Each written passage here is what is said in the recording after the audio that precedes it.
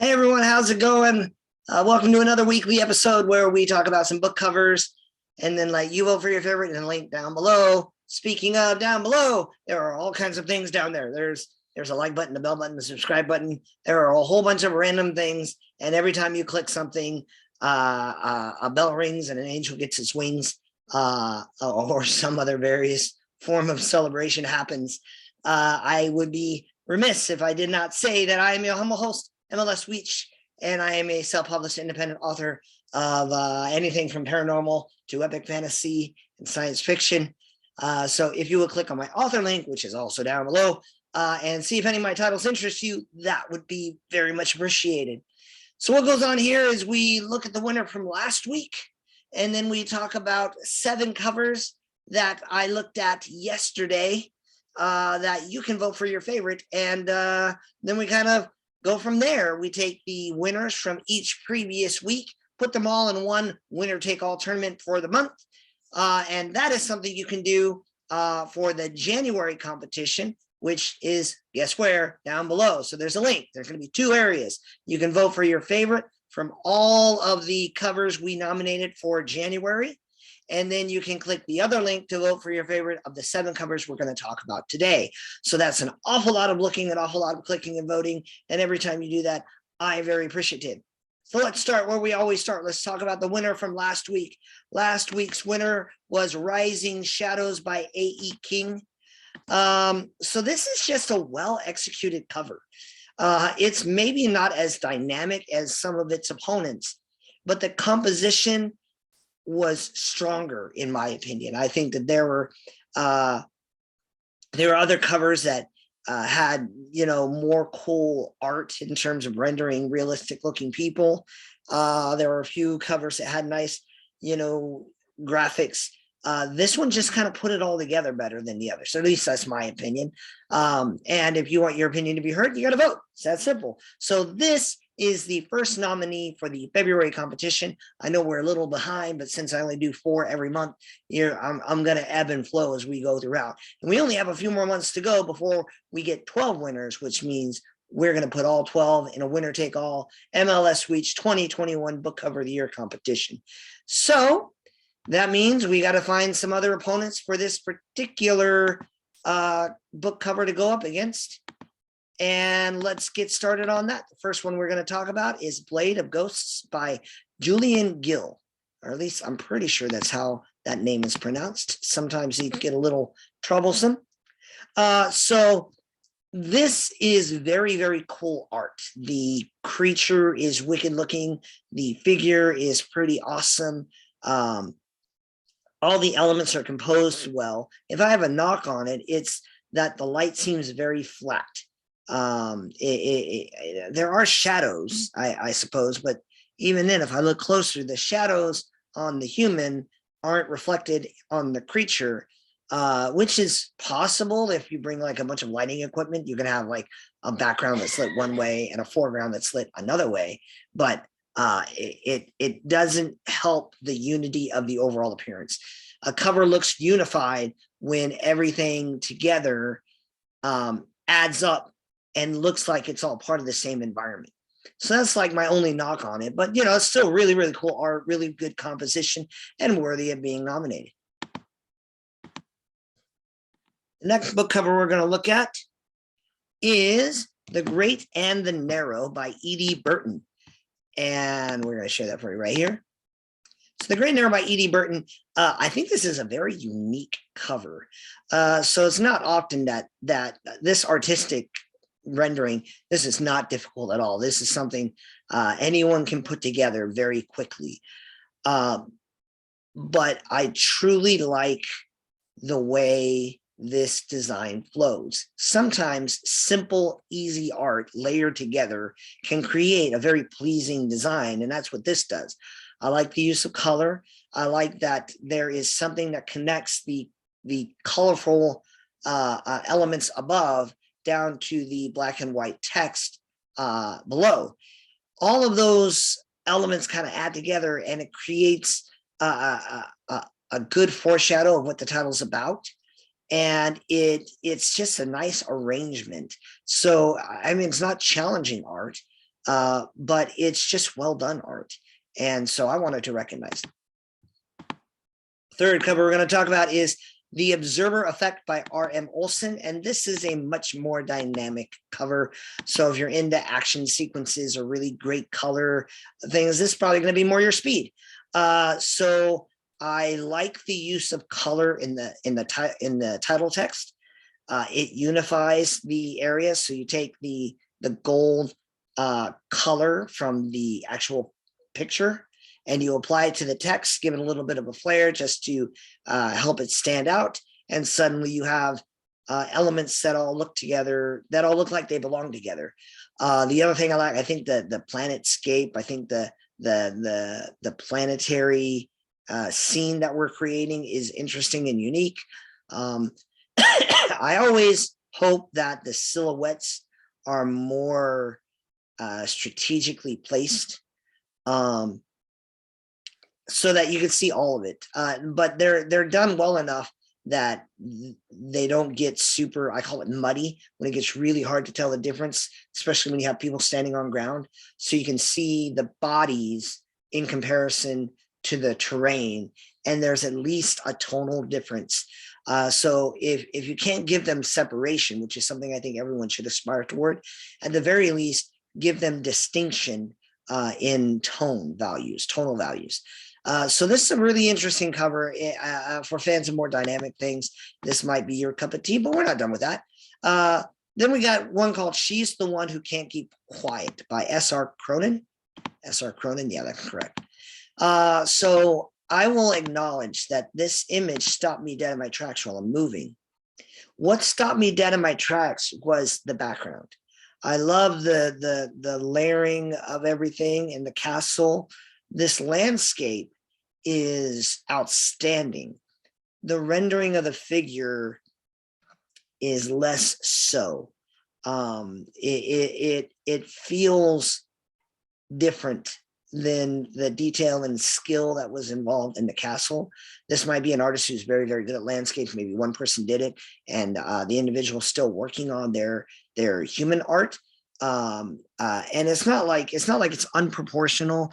Honestly, I think that the biggest issue is in it's a very awkward pose.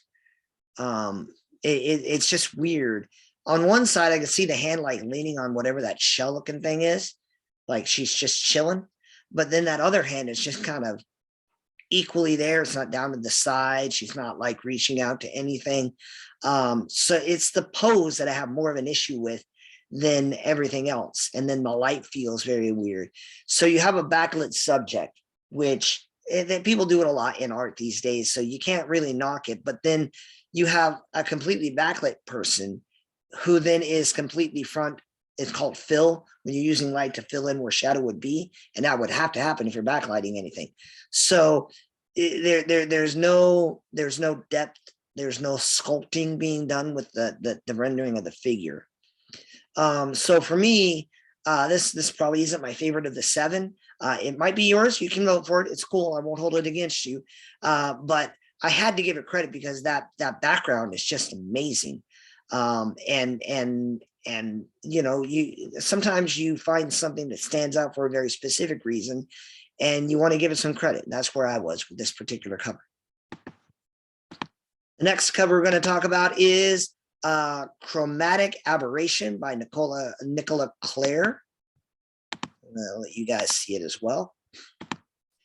So again, this is a more dynamic one. The color's better. You'd have to really zoom in there to look at the face, but the beauty of it is it's in there.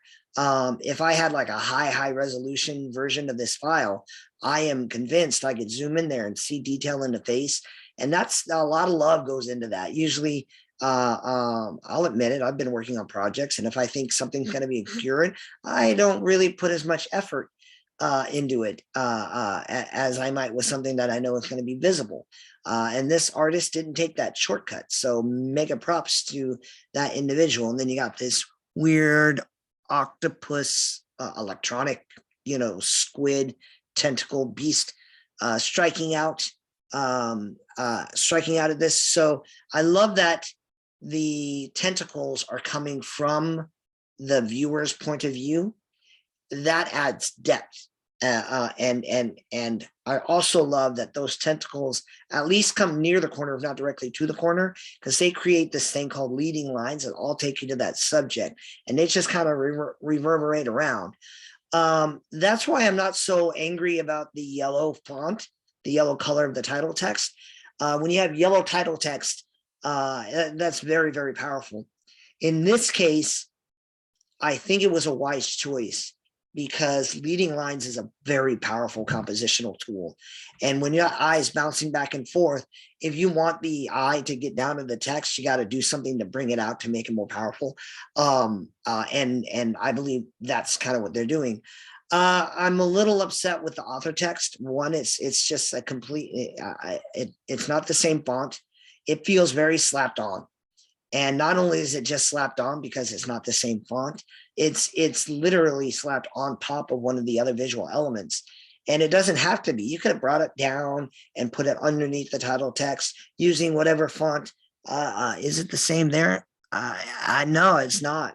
I would use the same font that the subtext is using and put the author text below it or above it. You could put it off to the side, but it didn't have to be right there at the top. I think sometimes authors feel like there's a formula, author text, title text. You can arrange all your visual elements, which includes your text, in a way that supports everything.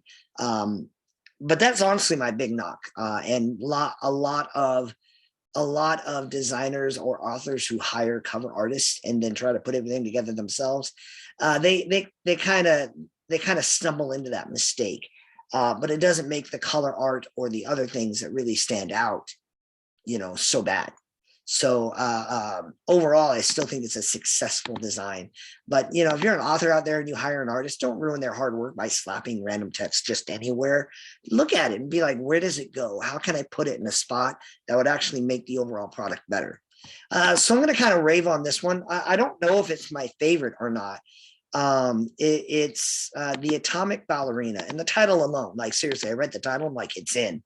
But the Atomic Ballerina by I.O. Adler, and I love the energy of this cover. I love, obviously you're going to have a ballet pose. Clearly you have some weird cybernetic things going on with her legs, and then all these electronic, lighting tricks that add to that area. I don't necessarily love the title text, but it does harken back to older classic sci-fi. And if that was what they were going for, as much as I'm not like a huge fan of it, I get it. But the overall energy that's created and the classic effect that this cover has really just jumped right out at me. And again, I'm not going to lie. The moment I read the title, I knew I was going to pick it, even if the cover didn't have all these other positive aspects. If I have a knock, those weird squigglies that I don't even think line up, maybe, yeah, they don't even line up. They're not even the same, little line art and the subheader text. I would not have made that many decisions on that. Just that line is where I have the most of the beef with it. But with a title like that, with a good design like that, with art that's rendered in that way, there's a lot going on for it. And I wouldn't be shocked at all to hear this wins. Again, I'm not necessarily saying it's my favorite. I think there are a couple really, really strong ones in here. But I certainly wasn't going to leave that cover out without for the sake of one line of font, one line of text. Last one we're going to talk about. It's been a while since we've had a micro and delay cover, right? Well, the guy seemingly publishes a book every other week. So it's only a matter of time before we're going to cover one, because I do 7 covers every week, and I try to stay recent with what's out. And also, I'm not averse to it. If you got something you want to nominate, I maintain the right to choose what the 7 finalists are for each week. But if you got a book cover that you're a fan of, put it in here. Sure, if you're an author, just, know that I might not use it, but if you want a chance at it, go ahead and drop it in the comments. For now, we have another beautiful cover here. The Thief Mage of, I'm not even going to try that, Ziamotian. I don't even, yep, nope, I tried. I gave it 2 solid efforts. And that's my knock on it. I think sometimes people try to create real unique names.